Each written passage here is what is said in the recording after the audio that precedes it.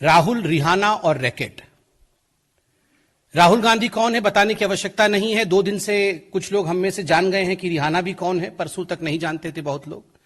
और रैकेट, ये रैकेट बहुत महत्वपूर्ण है।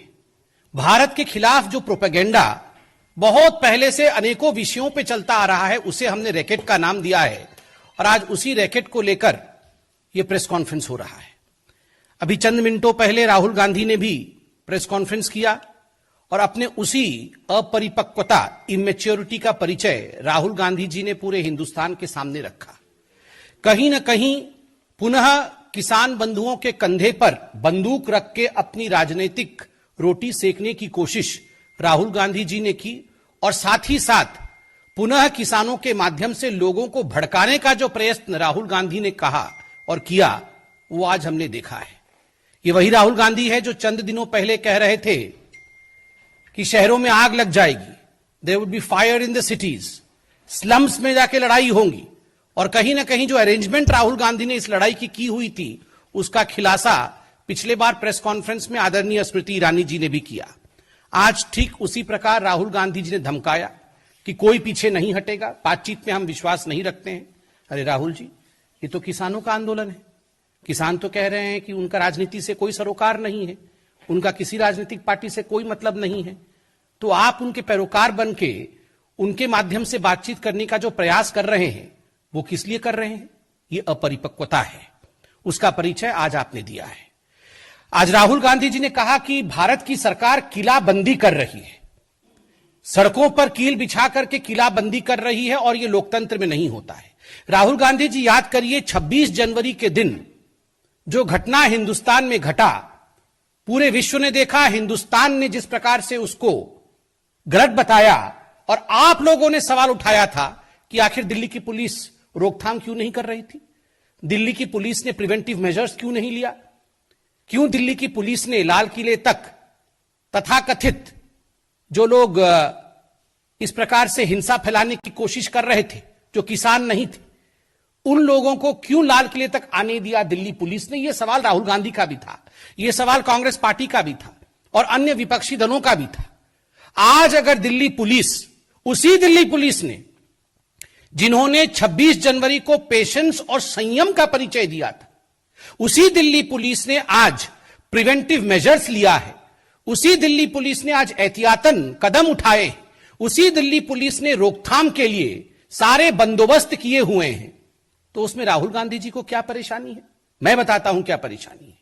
ये राहुल गांधी, कांग्रेस पार्टी और विपक्ष का ये जो प्रोपेगेंडा का एक बहुत बड़ा धड़ा है, ये चाहते हैं, इनकी इच्छा है सड़कों पर लड़ाई हो, ये चाहते थे कि गोली चले, ये चाहते हैं कि लाश बिछ जाए और इन लाशों पर बैठकर ये अपनी राजनीति चमकाएं और सवाल पूछे नरेंद्र मोदी जी से और इस सरकार से कि आखिर ये कैसे हुआ। आज हम सैल्यूट करते हैं दिल्ली पुलिस के जवानों को, जिनको देखने के लिए हमारे गृह मंत्री भी गए, जो खुद तो घायल हो गए, किंतु उन्होंने किसी को हताहत नहीं किया, उन्होंने एक गोली तक नहीं चलाई।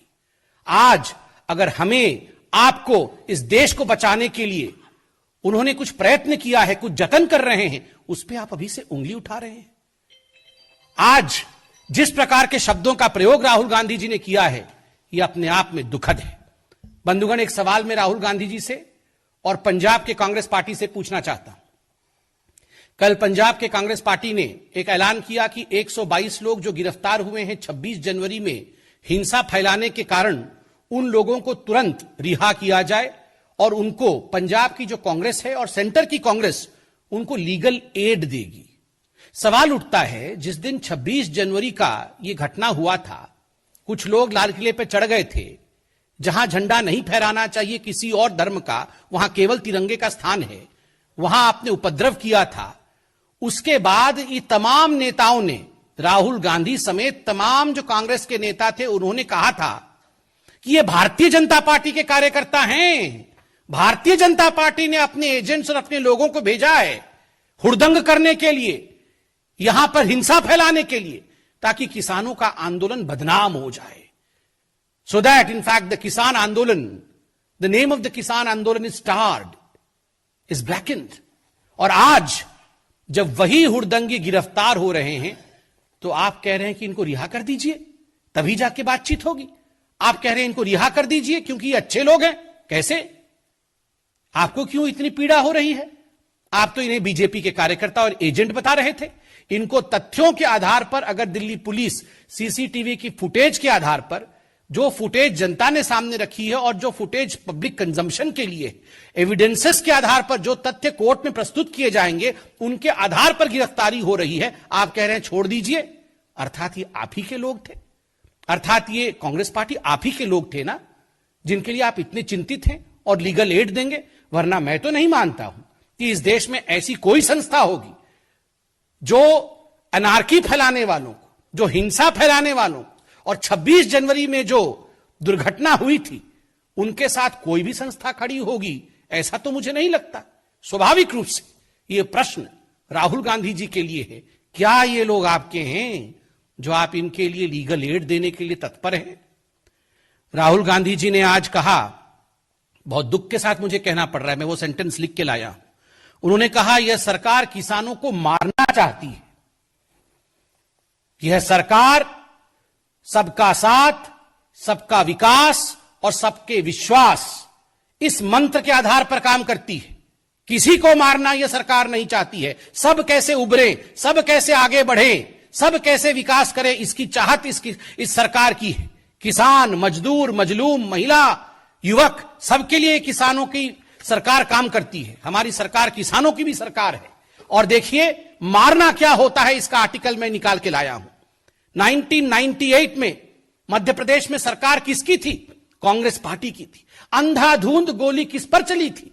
किसानों की रैली पर चली थी। कितने किसान मारे गए थे? 28 किसान जलियांवाले बाग की तरह वहां भून दिए गए थे। राहुल जी, इसे मारना कहते हैं, इसे रौंदना कहते हैं, इसे डेमोक्रेसी को समाप्त करना कहते हैं। किसानों के लाशों के ऊपर आपने राजनीति की थी। आज आप हमारी सरकार को कटघरे में घेरने की कोशिश कर रहे हैं, झूठे भ्रम को फैलाने की कोशिश कर रहे हैं। आप कह रहे हैं हम मारना चाहते हैं, यह निंदनीय है। राहुल जी, केवल आप नहीं, एक और है रिहाना, उन्होंने भी ट्वीट किया है। न राहुल को मालूम है कुछ कृषि के बारे में, न रिहाना को मालूम है कुछ कृषि के बारे में। पूछिए दोनों को, ये रबी क्रॉप क्या होता है, खरीफ क्रॉप क्या होता है, कुछ नहीं मालूम। न राहुल को मालूम, न रिहाना को मालूम, मगर दोनों की आदत एक है, दोनों ट्वीट कर रहे हैं। आप बताइए कहां थे ये लोग जब महात्मा गांधी के स्टैच्यू को कैलिफोर्निया के अंदर अभी चंद दिनों पहले डेसिक्रेट किया गया। महात्मा गांधी हमारे राष्ट्रपिता हैं और केवल भारतवर्ष के राष्ट्रपिता नहीं है। महात्मा गांधी पूरे विश्व के द अपोस्टल ऑफ पीस हैं, शांति दूत है पूरे विश्व के लिए। जब उनके धड़ को अलग कर दिया जाता है कैलिफोर्निया में, उनके स्टैच्यू के धड़ को, तो कोई भी इनमें से जो आज ट्वीट कर रहे हैं, जो इंटरनेशनल फिगर बने हुए हैं, उनमें से किसी ने ट्वीट किया? किसी ने ट्वीट नहीं किया। जब 84 के दंगे हुए, इनमें से किसी ने ट्वीट किया? हो सकता है उनका जन्म नहीं हुआ हो, मगर इनके जो इकोसिस्टम के लोग हैं, इनमें से किसी ने ट्वीट किया? किसी ने ट्वीट नहीं किया। जब कश्मीरी पंडितों को निकाला जाता है, मैं नहीं कह रहा हूं कि 3 व्यक्तियों का नाम, मगर ये जो इकोसिस्टम है, उनमें से किसी ने कश्मीरी पंडितों के ह्यूमन राइट्स के लिए ट्वीट नहीं किया। और मैं पूछता हूं, दिल्ली पुलिस के जो जवान थे, उनके हाथ कट गए, उनके ऊपर तलवार से आक्रमण हुआ, उनको कूदना पड़ा खाई के अंदर, किसी ने इनमें से तथाकथित ह्यूमन राइट एक्टिविस्ट है, किसी ने ट्वीट किया कि यह ह्यूमन राइट वायलेशन है? किसी ने ट्वीट नहीं किया। और आज राहुल एंड रिहाना ट्वीटिंग। बंधुगण, ये राहुल गांधी जो रह रहे के विदेश जाते हैं, आज मैं बिल्कुल स्पष्टता के साथ बताता हूं, और यह खुलासा भी होगा, ये यूं ही विदेश नहीं जाते हैं। वहां वो षड्यंत्र करते हैं, एंटी इंडिया एलिमेंट्स के साथ मीटिंग करके ये प्रपंच रचते हैं हिंदुस्तान को बदनाम करने के लिए और हिंदुस्तान को विवादों में धकेलने के लिए। चाहे वो रिहाना हो, चाहे वो मियां खलीफा हो, ये सारे जो जिन लोगों ने ट्वीट किया हुआ है, ये सारे लोगों से किस प्रकार मिलना, प्रपंच करना, हिंदुस्तान के खिलाफ प्रोपेगेंडा करना, ये राहुल गांधी का बिल्कुल पहला काम है। और यही राहुल गांधी करते हैं विदेश में जाके। आप सोचते होंगे हमें कैसे मालूम? हमने आपको कहा था ना कि चाइना से जाके चुपके चुपके मिलते हैं, बाद में सब कागज सामने आया। 2008 का एमओयू भी हुआ था, वो फोटो भी सामने आया मां बेटे का। शी जिनपिंग बैठे हुए हैं, मां बेटे दाएं और बाएं खड़े थे, वहां भी जाके मिल के आए हैं चुपके चुपके, चोरी चोरी चुपके चुपके वहां भी जाके प्रोपेगेंडा करके आए थे, और आज चाइना चाइना कर रहे थे। डिफेंस बजट के बारे में बोल रहे थे। जितना डिफेंस बजट पे मोदी की सरकार ने एक्सपेंडिचर किया है, मॉडर्न गैजेट्स के लिए जितने इस सरकार ने काम किया है, किसी पिछले सरकार ने उतना काम नहीं किया है।